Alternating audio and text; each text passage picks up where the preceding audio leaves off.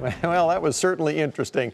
An unexpected turn of events late in the day sent the blue chip Dow Industrials average down sharply and once again moved it into correction territory, meaning it's now down 10% below its most recent high.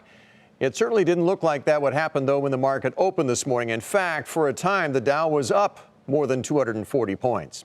But late in the day, as Sue said, Treasury yields moved lower as traders bought bonds, tech stocks tanked, and the rest, as they say, is history. When all was said and done, the Dow dropped 344 points to 23,857. The Nasdaq was actually the bigger loser, down nearly 3% or 211 points, and the S&P lost 46.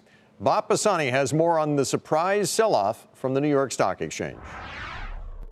It was another whipsaw session for the stock market after yesterday's robust rally. Now, markets took another turn down in the last hour when yields on the 10-year Treasury dropped below 2.8% for the first time since early February. That brought down bank stocks, another major component for the markets. With banks and tech both weak, the overall market drooped. What's going on? Two issues have emerged in the last month that may or may not have an impact on earnings. First, the trade war stories ebbs and flows, but everyone agrees that an all-out trade war would be detrimental to earnings. It's just not clear if we're going to have one or not.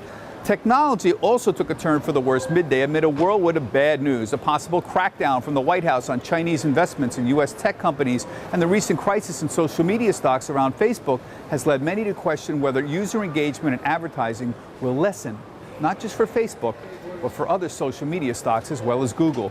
Finally, NVIDIA announcing it was suspending testing on self-driving cars, which dropped the entire semiconductor market. With semiconductors as a leadership group, any question on earnings is going to add to the headaches to technology. For Nightly Business Report, I'm Bob Pisani at the New York Stock Exchange.